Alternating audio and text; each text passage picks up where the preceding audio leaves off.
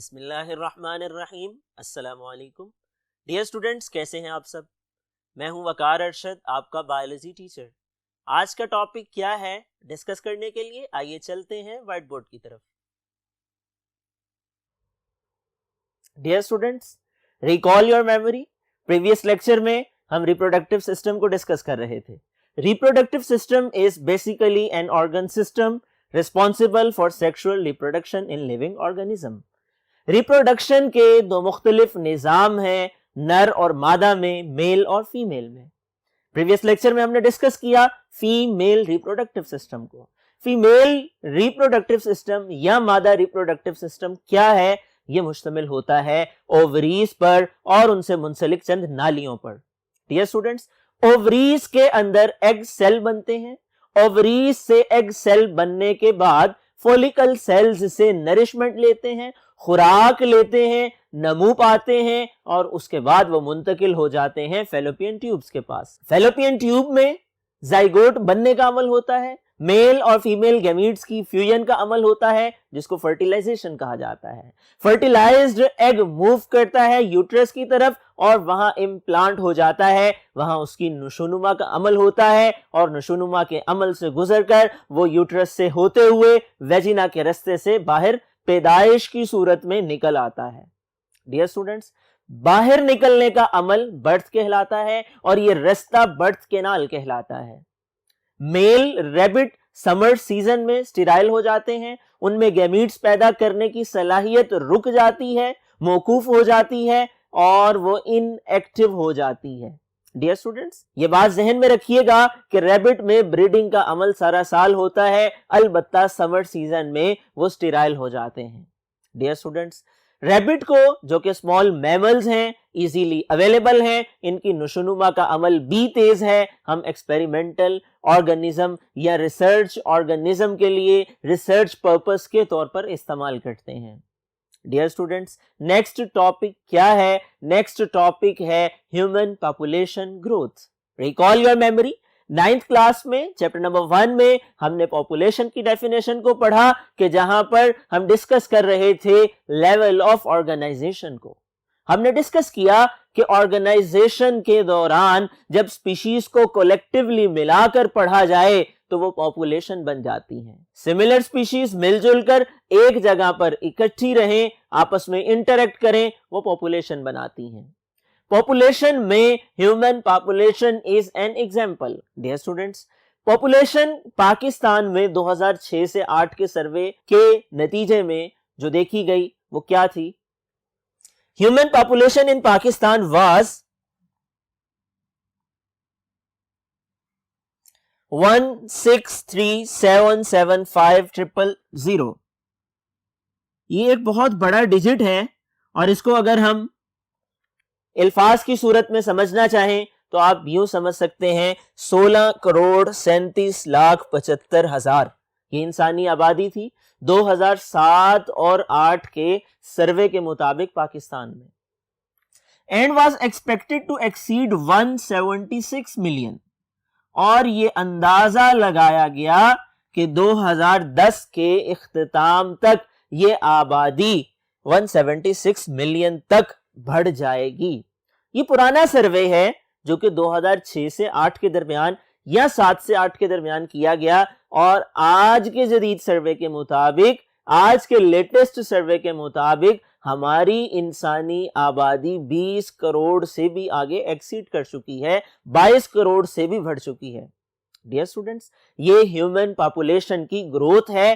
Human population growth کو over population کہا جاتا ہے اگر یہ کسی علاقے کے دستیاب وسائل سے زیادہ ہو جائے۔ دوسرے الفاظ میں ہم اس کو یوں بھی کہہ سکتے ہیں کہ اگر کسی علاقے کے وسائل ناکافی ہو جائیں انسانی آبادی کی ضروریات کو پورا کرنے کے لیے، تو یہ عمل اوور پاپولیشن کہلاتا ہے۔ پاپولیشن گروتھ اگر آپ سے شارٹ کویسچن پوچھ لیا جائے تو آپ یوں لکھ سکتے ہیں when population exceed the carrying capacity، ایک ورڈ ہے carrying capacity، جب انسانی آبادی یا کسی بھی جاندار کی آبادی اس حد تک بڑھ جائے